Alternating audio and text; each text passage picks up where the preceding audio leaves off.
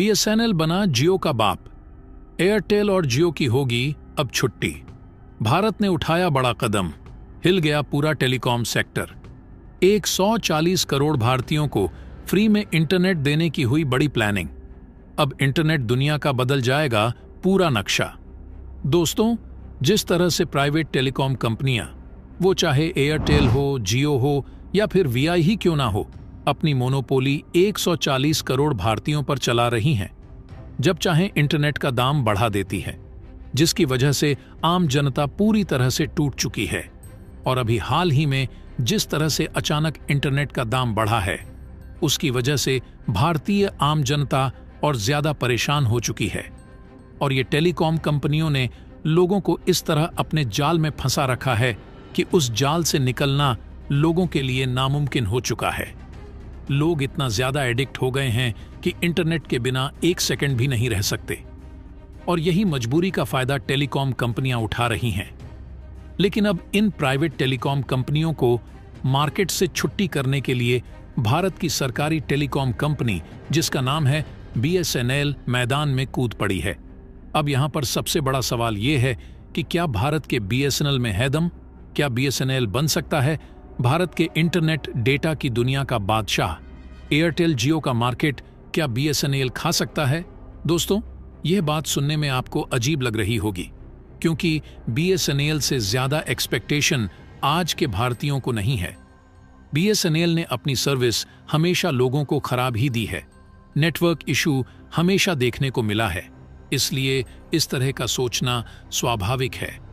लेकिन दोस्तों, मार्केट में हुई है कुछ ऐसी खलबली, जिसके बाद बीएसएनएल फिर से ट्रेंड करने लगा है।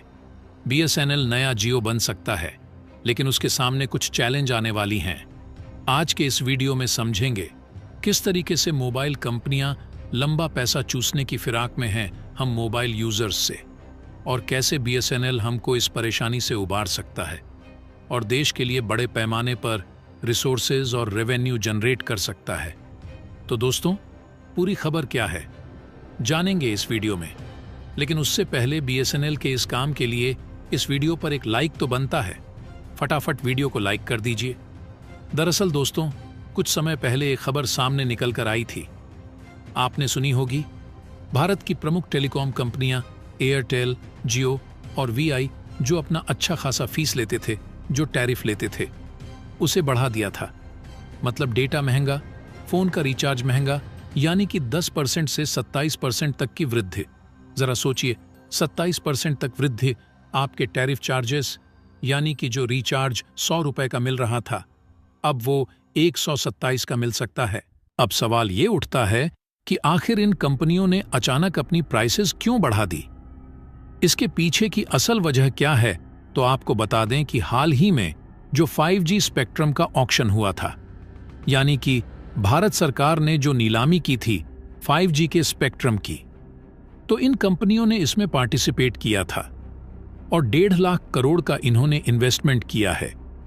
अब बारी आ चुकी है उस इन्वेस्टमेंट की उगाही करने की, और इन कंपनियों ने एक बेहतरीन प्लान बनाया, एक ऐसी टर्मिनोलॉजी बनाई इन पैसों को वसूलने का आम जनता से। यानी इन्होंने इन्वेस्टमेंट किया और इसका भुगतान अब कस्टमर्स को करना पड़ेगा। दरअसल दोस्तों, इन कंपनियों ने जिस टर्मिनोलॉजी को अपनाया है उसका नाम है ARPU, यानी एवरेज रेवेन्यू पर यूजर, यानी एक व्यक्ति से एवरेज कितना कमा लेती हैं कंपनियां। तो जरा आंकड़ा सुन लीजिए। अगर जियो की बात करें तो जियो 181 रुपए प्रति यूजर कमाता है, एयरटेल 209 रुपए प्रति यूजर कमाता है, वीआई का थोड़ा कम है, यानी 135 रुपए। तो दोस्तों, एयरटेल ने टारगेट रखा है, जो 209 रुपये ले रहा है, वह कम से कम उसका एवरेज रेवेन्यू पर यूजर जो है वह 300 हो जाए। अब बाकी कैलकुलेट कर लीजिए, जियो कितना बढ़ाएगा और वीआई कितना बढ़ा सकता है। तो अब मार्केट से उगाही शुरू हो चुकी है। कंपनियां अब जो सर्विसेज दे रही हैं उसकी एवज में पैसा लेना बड़े पैमाने पर शुरू करने वाली है। वहीं देखा जाए तो जो यूजर इस्तेमाल करते हैं उनका बेस बड़ा नहीं हो रहा है, लेकिन नए मोबाइल यूजर निकलकर कम मात्रा में आ रहे हैं। जैसे आज से 10 साल पहले होता था, उससे स्पीड अब कम हो गई है। ऑलमोस्ट सभी के पास मोबाइल पहुंच चुका है। तो यूजर बेस नया नहीं बन रहा है, और इन कंपनियों को ऐसा करने की जरूरत इसलिए पड़ी क्योंकि अगर वह पैसा नहीं लेंगे तो वह अपनी सर्विस अच्छे तरीके से यूजर तक नहीं पहुंचा पाएंगे। दरअसल इसके लिए नए इंफ्रास्ट्रक्चर को डालना पड़ेगा। 5G इंफ्रास्ट्रक्चर डालने के लिए 5G हर जगह पहुंचाना होगा। इसमें पैसा लगेगा, अच्छी खासी लागत लगेगी, तो इसीलिए पैसा निकालने के लिए यूजर से पैसा लिया जा रहा है। लेकिन ये जो हाइक हुई है, प्राइसेस बढ़ी हैं, इसने मोबाइल यूज को काफी महंगा बना दिया आम आदमी के लिए, और इसीलिए BSNL फिर से चर्चा में आ गया है क्योंकि सभी कंपनियों ने अपने टैरिफ हाई करने की बात कह दी। लेकिन BSNL जहां का तहां ही नजर आ रहा है। अगर वह वृद्धि करेगा भी तो उतना नहीं करेगा।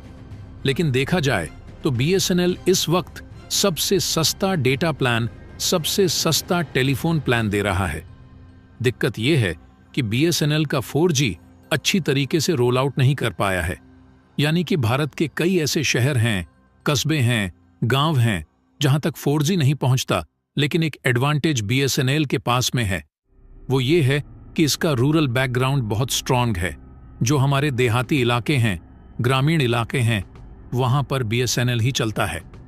वहां पर एयरटेल जियो नहीं पहुंच पाया अभी तक। ऐसी स्थिति में अगर BSNL सिंसियर चाहे, सीरियसली चाहे, तो BSNL इस वक्त सबसे बड़ी टेलीकॉम कंपनी बन सकती है।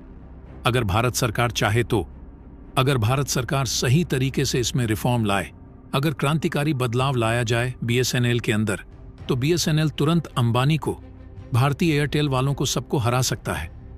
दिक्कत यह है कि क्या BSNL को रिवाइव करने की कोशिश की भी जाएगी, और डूबा भी तो क्यों डूबा BSNL, आइए समझते हैं। दोस्तों, BSNL सबसे पहले शुरू होने वाले टेलीकम्युनिकेशन एजेंसीज में से एक है। यह 1 अक्टूबर 2000 में लॉन्च हुआ था। 2000 से लेकर 2009 तक BSNL का बूम था।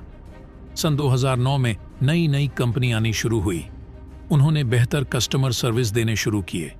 कस्टमर्स के फोन को अगर कुछ प्रॉब्लम आ जाए तो जल्द उठाया करती थी। प्राइवेट कंपनियां जल्दी इंस्टॉलेशन करवाती थीं। रिपेयर का काम आता तो भी ठीक करती थी, और सारा कुछ एकदम जल्दी करके देती थी, तो इसीलिए पॉपुलर होने लगी। सारी प्राइवेट कंपनी, इनकी स्पीड अच्छी थी, कॉल ड्रॉप कम होते थे। और जब 2009 के बाद इंटरनेट बूम आने लगा भारत के अंदर, उसके बाद में ये सारी कंपनियों ने अपनी स्पीड बढ़ा दी, जबकि BSNL अपनी स्पीड नहीं बढ़ा पाया था। वीडियो उसमें बफर होते ही रहते थे, गोल गोल चक्कर घूमते रहता था, वीडियो आगे नहीं बढ़ता था। अभी भी कई जगह ऐसा सिचुएशन है जहां BSNL की स्पीड बेहद स्लो है, जबकि इंडिया में 5G तक रोल आउट हो चुका है। टेक्नोलॉजी का यह लैग, यानी पुअर कस्टमर सर्विसेज, उसमें खराबी, और 4G को पूरी जगह अप्लाई न कर पाना, ये सारी चीजें बताता है कि क्यों BSNL से लोग जो हैं छोड़कर जा रहे हैं। हर साल मिलियंस जो मोबाइल यूजर हैं वो BSNL से शिफ्ट होकर के एयरटेल जियो या VI में जा रहे हैं, और खासकर जो गांव से शहरों की तरफ आते हैं वो अपना नंबर पोर्ट कराना ज्यादा बेहतर समझते हैं। गांव में देखा जाए तो BSNL की बहुत ज्यादा अच्छी अप्रोच है, रीच है, स्पीड उतनी नहीं आती, लेकिन वहां BSNL ही काम करता है। ऐसे कई इलाके अब BSNL ने प्लान किया है कि सन 2024 तक सभी तक वह 4G स्पीड पहुंचा देगा, और 2025 तक वह फायद पहुंचाने की कोशिश करेगा। अगर ऐसा होता है और इसमें खरा उतरता BSNL, तो डेफिनेटली लोग BSNL की तरफ शिफ्ट हो सकते हैं। लेकिन फिर वही बात आ जाती है, प्रॉपर स्पीड अगर नहीं दे पाया, 4G बोलने के बाद भी नहीं दे पाया, 5G बोलने के बाद भी नहीं दे पाया, कंज्यूमर्स की प्रॉब्लम को कॉल सेंटर वाले जल्दी फिक्स नहीं कर पाए, तो ऐसी स्थिति में BSNL आगे नहीं बढ़ पाएगा। लेकिन इस समय BSNL के पास गोल्डन अपॉर्चुनिटी है, जहां सारी प्राइवेट कंपनी ने अपनी प्राइस को बहुत ज्यादा बढ़ा दिया। लोगों को ज्यादा डेटा इस्तेमाल करने की आदत पड़ चुकी है, तो उन्हें ज्यादा पैसा खर्च करना पड़ेगा, यानी लोग काफी दिक्कत में हैं।